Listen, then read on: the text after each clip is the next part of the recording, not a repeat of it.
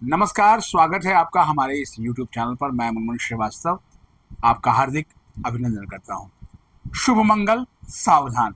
जी हाँ, आज मंगलवार है और जो है वो बजरंगबली मेरे इष्ट देव हैं और आप सभी के लिए मैंने आज बजरंगबली से प्रार्थना की कि ये ड्यू का जो सेकंड फेज है वो आपके लिए जो है वो मंगलकारी हो। और जितने भी बच्चे हैं मैं तो चाहूँगा सबको एडमिशन दिल्ली विश्वविद्यालय में मिल जाए। मेरी ओर से उन सभी को शुभकामनाएं हैं। अब आपके आज जितने भी कमेंट्स आए उसने बहुत से और बच्चों का भी भला कर दिया। बहुत से बच्चों ने कमेंट्स भेजे, व्हाट्सएप किया कि सर जो है वो फेज़ 2 शुरू नहीं हुआ।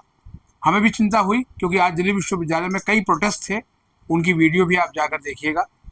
इस वीडियो के बाद हम कोशिश करेंगे कि वो वीडियो हम अपलोड करें क्योंकि आज बहुत ज़्यादा उमस भरा दिन था और उसके बावजूद भी ये 2 या 3 जो धरने हुए उसे जो है कवर किया गया। और ये धरने बहुत महत्वपूर्ण हैं, उसकी वीडियो भी देखिएगा क्योंकि जो दिल्ली विश्वविद्यालय में आना चाहते हैं वो इन सब चीज़ों से भी वाकिफ़ हो जाएं क्योंकि यहाँ पर जो है वो इश्यूज़ को लेके धरने भी होते हैं और जाहिर बात है उससे आपकी कई बार पढ़ाई भी प्रभावित होती है और आपके कई मुद्दे भी उन धरनों की वजह से रिजॉल्व होते हैं। आते हैं एक बार फिर से ड्यू के सेकेंड फेज पर। आज से ड्यू का सेकेंड फेज शुरू हो गया।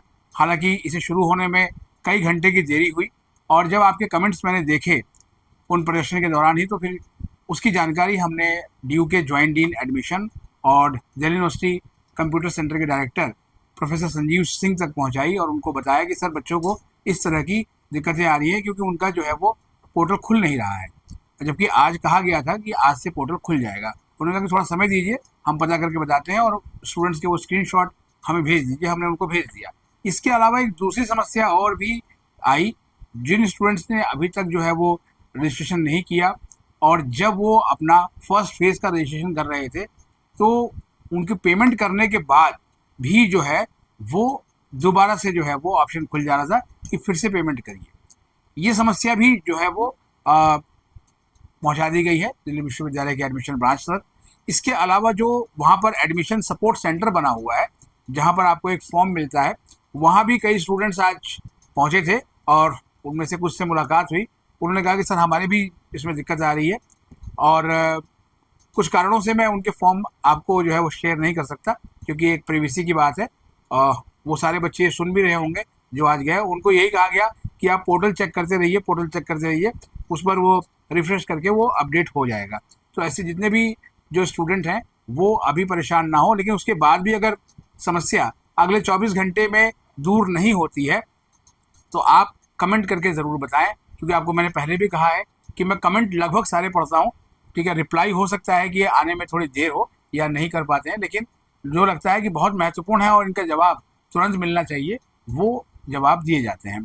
अब आते हैं आपके सेकंड फेज़ के लिए। क्यों आपको मैंने पहले भी कहा था कि ये फेज़ बहुत इम्पॉर्टेंट है और यही वो फेज़ है जो आपके सपनों को उड़ान देगा क्योंकि अगर इस फेज़ में आपने हल्की सी भी गलती करी तो ना केवल आप सीसेस के सिस्टम से बाहर हो सकते हैं बल्कि अपने ड्रीम कॉलेज और कोर्स में जाने का आपका सपना भी जो है वो चकनाचूर हो सकता है।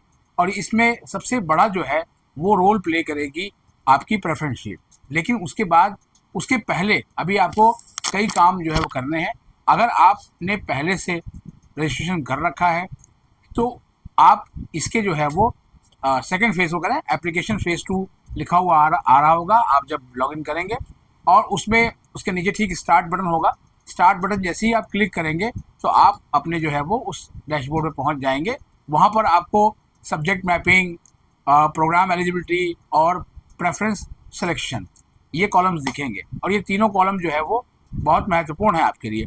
सबसे पहला आपको हमने कहा था, आप सभी से मैं थोड़ा क्षमा चाहता हूँ कि मैं उस वीडियो को अपलोड नहीं कर पाया जिसमें मैंने आपको कहा था प्रेफरेंस सब्जेक्ट मैपिंग को लेकर जो है वो खनिज गांधी जी का एक इंटरव्यू जो बहुत पहले हमने किया था वो फिर से आज कोशिश करूँगा कि उसको जो है वो कम्युनिटी पोस्ट में डाल दें, नहीं तो सुबह तक आपको वो देखने को मिलेगी क्योंकि अभी ऐसा नहीं है कि समय बहुत बीत गया है, अभी तो समय अब से शुरू हुआ है। सब्जेक्ट मैपिंग आप करेंगे कि 12वीं में जो सब्जेक्ट आपके पास थे और जो CUT में आपने दिए हैं, ठीक है, उसको आपको जो है वो मैप करना है। ये मैप करने का मतलब है आपने हिंदी दिया तो यहाँ हिंदी मैप कर दीजिए, इंग्लिश तो इंग्लिश से मैप कर दीजिए, हिस्ट्री तो हिस्ट्री से मैप कर दीजिए या फिर उसके सिमिलर सब्जेक्ट जहाँ हो आप इसके बारे में जो है वो देख सकते हैं एक बार ड्यू की बुलेटिन को भी, तो वहाँ से आपको इसकी जानकारी मिल जाएगी। उसके बाद जो सबसे महत्वपूर्ण इसके अंदर फेज़ है वो है प्रेफरेंस, या जिसको कि आप चॉइस सिलेक्शन की बात कहें, वो बहुत महत्वपूर्ण है।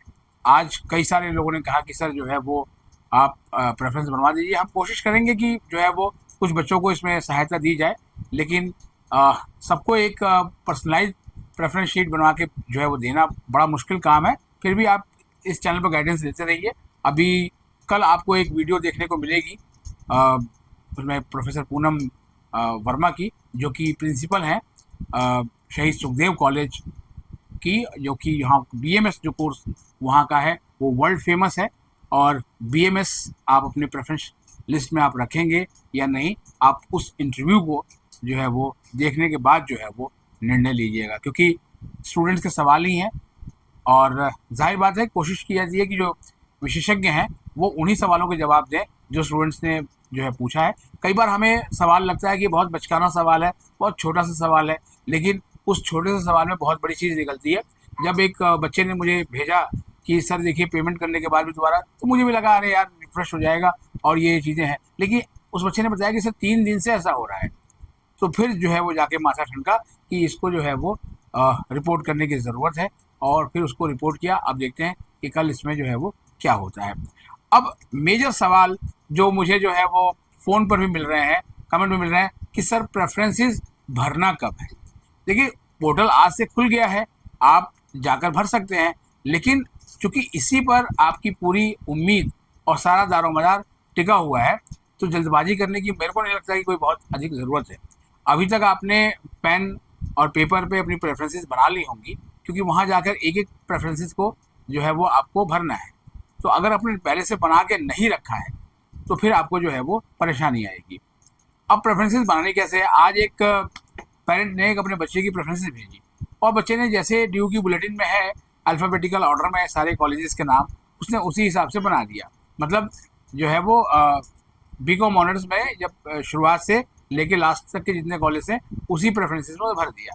ऐसा नहीं करना है।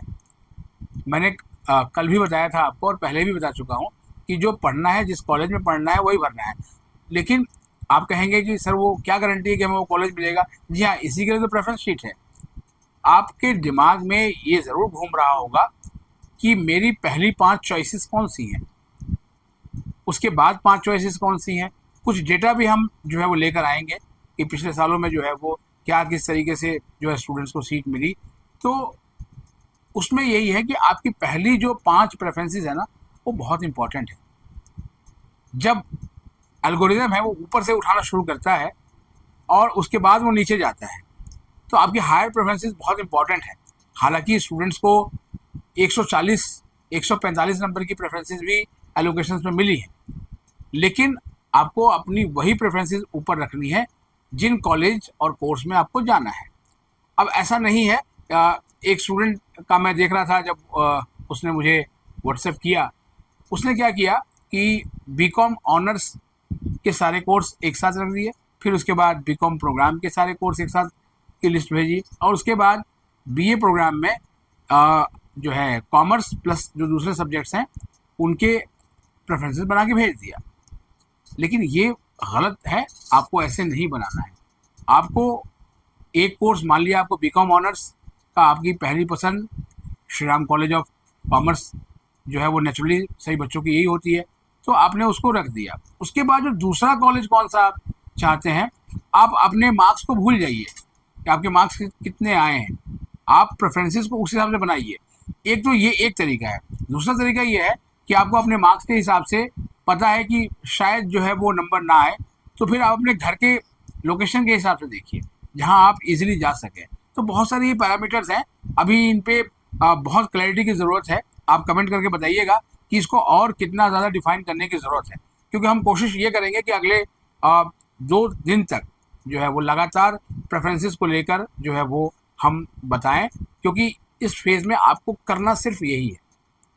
इसके बाद जब थर्ड फेज़ होगा तो उसमें एलोकेशन होंगी, तब तक जो है वो काफ़ी चीज़ें क्लियर हो चुकी होंगी। लेकिन अभी ना तो जल्दबाजी करना है, ना किसी भी जो है वो अपडेट्स जैसे चैनलों को आपको जो है वो उनकी बातों को 100% फॉलो करना है, क्योंकि डराने का काम फिर होगा जैसा कि पहले हुआ है। तो इसलिए डरिए मत, सब कुछ बहुत ईजी है और बहुत ही आसान भी है। हाँ, तकनीकी समस्याएं ज़रूर आ सकती हैं। अगर किसी भी बच्चे को तकनीकी समस्या आती है किसी भी तरह की, कमेंट करके बता दें। अगर ऐसा लगेगा कि बहुत सारे कमेंट उसी तरह के सिमिलर आ रहे हैं कि हाँ ये समस्या है, तो उसको ज़रूर हम विश्वविद्यालय प्रशासन के अधिकारियों तक पहुंचाएंगे और निश्चित रूप से उसका समाधान भी निकलेगा, क्योंकि जो अधिकारी हैं वो आपकी समस्याओं का समाधान करने के लिए ही बैठे हैं। और इस बार तो दिल्ली विश्वविद्यालय के vice chancellor professor Yogesh Singh ji ने साफ कहा है कि जो ग्रीवांसेस का जो पूरा जो मैकेनिज्म है वो खुद पर्सनली जो है वो देखेंगे और स्टूडेंट्स चाहें तो उनको भी अप्रोच कर सकते हैं। तो सवाल यही है कि जब विश्वविद्यालय के मुखिया या जिसे कुलगुरु कहें हम, अगर वो जो है वो स्टूडेंट्स के साथ आ गए हैं तो आपको डरने की जो है वो ज़रूरत नहीं है और ना ही किसी के बहकावे में आने की ज़रूरत है। और प्रेफरेंस शीट प्रोफेशनल से बनवाएं या खुद बना लें, ये भी एक बड़ा सवाल है जो दिन भर आज लोग पूछते रहे। आप किसी प्रोफेशनल से बनवाइए या खुद बनवाइए, लेकिन प्रेफरेंस शीट जो है ना वो बिल्कुल सही होनी चाहिए। सही का मतलब यही है कि ऐसा ना हो कि कोई एक कोर्स आप बीच में ऐसा घुसा दें जो आपको नहीं पढ़ना था फिर भी आपने डाल दिया और एलोकेट वही हो गया, तो फिर आपके लिए परेशानी होगी, आपके बच्चे के लिए परेशानी होगी। तो इसलिए ऐसा बिल्कुल भी ना करें। और फिलहाल आज के लिए मैं इतना ही कहूँगा कि पोर्टल खुल गया है, लेकिन जल्दबाजी नहीं करना है क्योंकि कुछ कुछ छोटे मोटे ग्लिचेस चल रहे हैं। तो इसलिए आप अच्छा होगा कि आप कम से कम इसमें जो है वो 24 घंटे के बाद ही आप इसको जो है वो एक्सेस करें। तब तक अपनी प्रेफरेंस शीट आराम से बना लीजिए। पोर्टल पे जाकर आपको रजिस्ट्रेशन करने में और अपनी प्रेफरेंस शीट भरने में बहुत अधिक समय नहीं लगने वाला है। ठीक है, तो उम्मीद करता हूँ कि आपको आज की ये वीडियो अच्छी लगी होगी। तमाम व्यस्तताओं के बावजूद भी ये वीडियो जो है वो की गई है और आप उन वीडियोस को भी ज़रूर देखिएगा जो आज के धरना प्रदर्शन से जुड़ी हुई है। मिलते हैं एक और एपिसोड के साथ, तब तक के लिए नमस्कार।